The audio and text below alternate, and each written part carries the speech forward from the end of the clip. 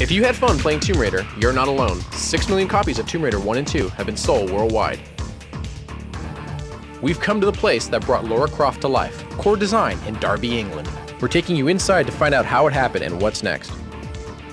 It was conceptualized 5 years ago now. And one of the guys said we want to do a game based on raiding some tombs and kind of going underground and into the world of the pharaohs, and that was something I was always really keen to do. He said, yeah, let's do it. Let's draw some things up, do a style guide, let's see what the character's going to look like. And of course he came back and it was a male character. For 2 months, Lara was male. And then we went down and saw it on screen, and Lara transformed into a female.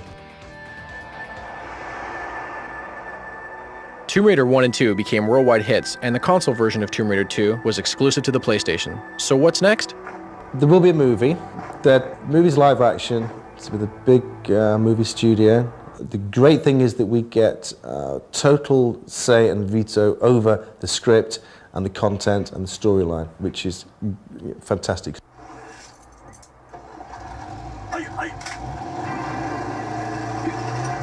Lara herself will have another game out for Christmas '98. There has been some muted discussion about maybe a sidekick for Lara. Maybe a girl, maybe a boy. There is some discussion, but I'd hate to blow it before it's finalised. It'd be good though, wouldn't it? I think it'd be pretty neat. What will be in Tomb Raider 3? Core is giving PlayStation Underground subscribers a first look at some footage. One of the main differences is we're going to give Lara a lot more moves, new vehicles.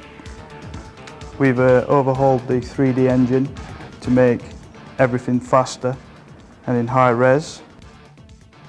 This level is going to be based around London, where you'll start off on the rooftops and then you have to venture down into the sewers and the disused tube train lines that have been closed off. Your ultimate aim of this adventure is to break into a corporate building and steal back an artefact that has been taken from a museum. Lara's been hired to go and find it. We're drawing quite a lot more than what Tomb Raider 2 could, so we can get big expanses of open area, build quite detailed backgrounds. This is Darren. He's going to be doing the main animations for Lara on Tomb Raider 3. At the moment he's working on various new moves for Lara, like crawls. We're trying to give her a knife so she can actually stab things.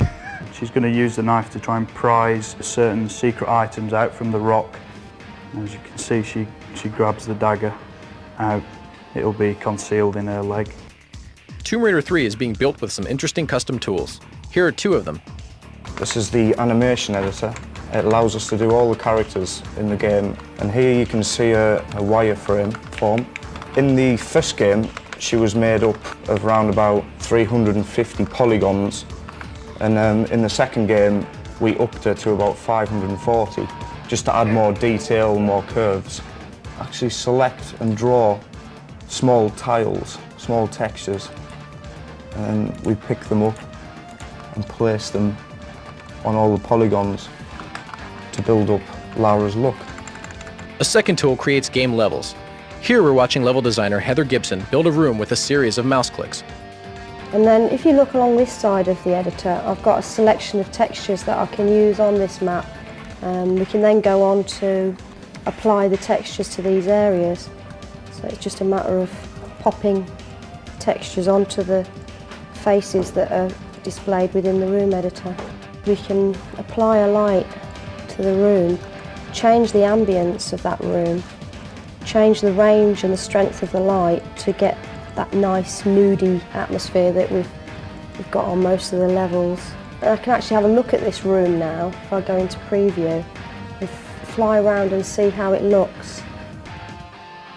And also we can trigger all the baddies within this system.